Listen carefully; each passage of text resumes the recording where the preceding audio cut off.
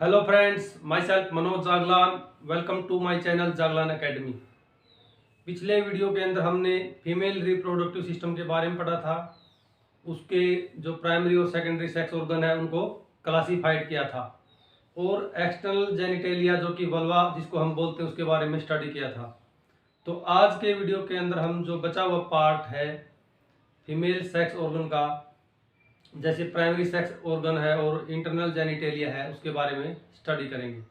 तो सबसे पहले मैं आपको डायग्राम की मदद से बताऊंगा कि क्या कुछ प्रोसेसिंग होती है, किस प्रकार से एग बनता है, किस प्रकार से स्पर्म चलता है, कहाँ उनका फर्टिलाइजेशन होता है। तो पहले मैं आपको इस डायग्राम की मदद से बताऊंगा।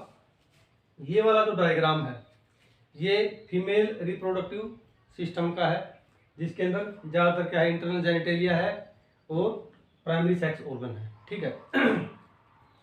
तो सबसे पहले लेते हैं ओवरी। ये वाला जो पार्ट होता है, ये वाला जो पार्ट होता है, तो फीमेल के अंदर ओवरी होती है, वो पेड़ के अंदर होती है। इनके अंदर क्या होता है, इनके अंदर होता है एग होता पाया जाता है। ठीक है। एग, उसके बाद में एग जब मैच्योर हो जाता है तो ये जो फैलोपियन ट्यूब के अंदर चला जाता है। फैलोपियन ट्यूब का ये वाला पार्ट होता है, इसको बोलते हैं फिम्ब्रिया। फिम्ब्रिया क्या करेगा, एग को कैप्चर करेगा और फैलोपियन ट्यूब के पास ले जाएगा। यहाँ फैलोपियन ट्यूब के अंदर जो एग, ये वाला जो एग है वो 24 वीक्स के लिए हावर्स के लिए रहेगा या एक दिन के लिए रहेगा। ठीक है। उसके बाद में यहाँ से क्या होगा, ये वाला जो पार्ट है इसको बोलते हैं वेजाइना। वेजाइना से क्या होगा, स्पर्म जाएगा। स्पर्म कहाँ जाएगा, वेजाइना से जाएगा सर्विक्स, जो कि यूट्रस का पार्ट है। सर्विक्स से बॉडी, जो कि ये भी यूट्रस का पार्ट है, और बॉडी से कहाँ जाएगा, ये फैलोपियन ट्यूब के अंदर। ठीक है। तो अभी लेते हैं नेक्स्ट जो है फैलोपियन ट्यूब। ये वाला जो पार्ट है और ये वाला पार्ट है, ये दो फैलोपियन ट्यूब पाई जाती है फीमेल रिप्रोडक्टिव सिस्टम के अंदर। ये वाली जो फैलोपियन ट्यूब है और ये वाली फैलोपियन ट्यूब है, ये दोनों जो यूट्रस के साथ में जुड़ी होती है। यूट्रस का कौन सी वाला पार्ट, फंडस। ठीक है। अभी लेते हैं यूट्रस। यूट्रस के तीन पार्ट होते हैं। ऊपर वाला पार्ट फंडस, बीच वाला पार्ट बॉडी जो कि कैविटी होती है, और नीचे वाला पार्ट को हम बोलते हैं सर्विक्स। और ये वाला पार्ट होता है, ये वेजाइना का होता है। अभी सर्विक्स, अभी वेजाइना एक साइड से, अगर नीचे की साइड से देखें, लोअर साइड से, तो ये कहाँ होती है, बाहर की साइड होती है। और अंदर की साइड से अगर वेजाइना को देखें तो ये सर्विक्स के साथ में कनेक्ट होती है। उसके बाद में सर्विक्स नीचे किसके साथ में कनेक्ट है, वेजाइना के साथ कनेक्ट है। ऊपर देखा जाए तो किसके साथ कनेक्ट है, यूट्रस की बॉडी के साथ में। ठीक है। उसके बाद में फंडस जो होता है, ऊपर वाला पार्ट होता है और नीचे वाला पार्ट होता है जो फंडस का, वो किसके साथ में कनेक्ट है, वो कनेक्ट है बॉडी के साथ में। ठीक है। तो ये था हमारा डायग्राम। ठीक है।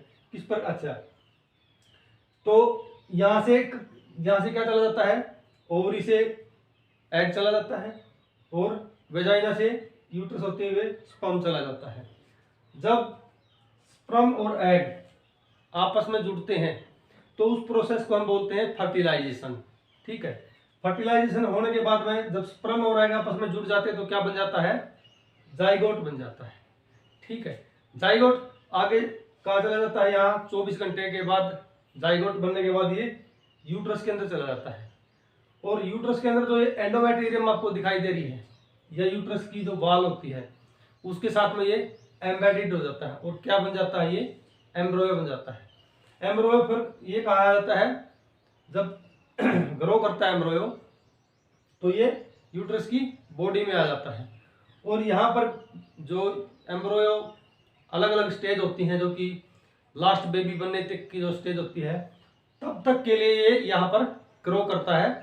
और जब 9 महीने पूरे हो जाते हैं और जब बेबी की डिलीवरी होती है तो यहाँ सर्विक्स से होते हुए और वेजाइना के द्वारा जो बेबी है वो बाहर हो जाता है।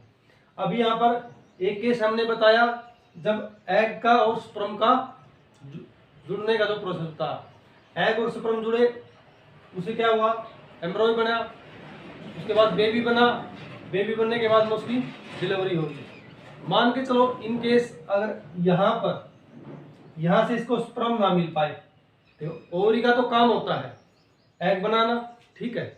मान के चलो यहाँ से ओवरी ने बना दिया एग, एग बनने के बाद में यहाँ पर इसको स्पर्म नहीं मिला, यानी कि फर्टिलाइजेशन नहीं हुआ। फर्टिलाइजेशन नहीं होता तो ये एग कहा जाता है यहाँ पर यूट्रस के अंदर आ जाता है, एंडोमेट्रियम के अंदर। जब फीमेल के अंदर जो मेंस्ट्रुअल साइकिल होता है जिसको हम पीरियड्स बोलते हैं, पीरियड्स के दौरान क्या होता है, जो एग होता है और प्लस जो एंडोमेट्रियम होती है जिसके अंदर ब्लड होता है, तो ब्लड के रूप में, पीरियड्स के रूप में वो क्या होता है, एग बाहर आ जाता है। उसके बाद जो ओवरी होती है वो अल्टरनेट काम करती है। मान के चलो जनवरी के महीने के अंदर इस ओवरी ने एग प्रोड्यूस किया, ठीक है, तो ये वाली ओवरी क्या करेगी, जनवरी के महीने के अंदर इनएक्टिव रहेगी, और फरवरी के महीने के अंदर ये वाली जो ओवरी है एग को प्रोड्यूस करेगी और ये वाली इनएक्टिव रहेगी। इसलिए ये क्या काम करती है, अल्टरनेट काम करती है। ठीक है, अभी लेते हैं हम ओवरी के बारे में, जो प्राइमरी सेक्स ऑर्गन। तो फीमेल रिप्रोडक्टिव सिस्टम के अंदर सबसे पहले आता है primary sex organ. Primary sex organ के अंदर क्या आता है, ओवरी आती है।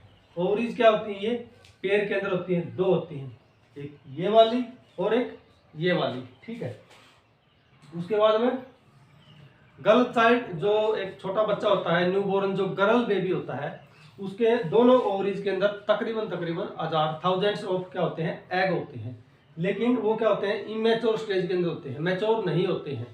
तो जब जो गर्ल होती है वो 12 साल की एज में चली जाती है, ये प्यूबर्टी की जो एज में जब चली जाती है, तो उसके अंदर क्या होता है, वो ओवरी है वो क्या करना शुरू कर देती है, एग को प्रोड्यूस करना शुरू कर देती है, और एग को प्रोड्यूस करने के बाद फैम्ब्रे के द्वारा फैलोपियन ट्यूब में छोड़ना शुरू कर देती है अल्टरनेटिवली। यानी कि इस महीने ये वाली ओवरी एग प्रोड्यूस करेगी और नेक्स्ट मंथ ये वाली प्रोड्यूस करेगी। ठीक है, अभी ओवरी का काम क्या होता है, ओवरी क्या करती है, एग को स्टोर करती है। स्टोर करने के बाद में जब एग मैच्योर हो जाता है तो उसको क्या करती है, प्रोड्यूस करती है, वह एग मैच्योर।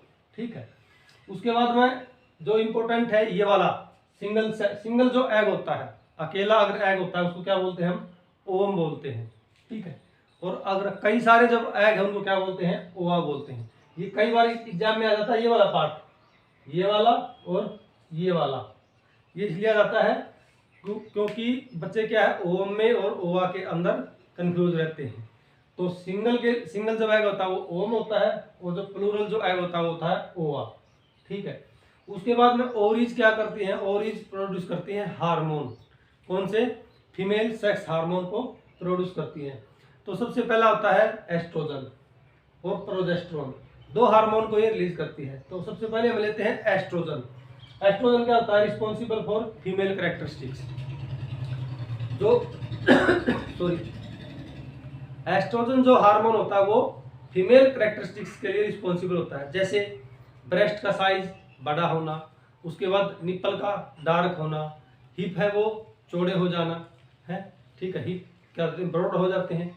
उसके बाद में जो प्राइवेट पार्ट के ऊपर क्या होता है, हेयर का ग्रोथ हो जाना। तो ये इसके लिए रिस्पॉन्सिबल कौन होता है, ये होता है एस्ट्रोजन रिस्पॉन्सिबल होता है। उसके बाद प्रोजेस्टेरोन। प्रोजेस्टेरोन जो इम्पोर्टेंट रोल जो अपना प्ले करता है वो करता है डिलीवरी के दौरान या जब फैमिली प्रेगनेंसी के दौरान। ठीक है, प्रेगनेंसी के दौरान एस्ट्रोजन क्या करता है, ये जो एम्ब्रॉय होता है या बेबी होता है उसको न्यूट्रिएंट्स सप्लाई करता है।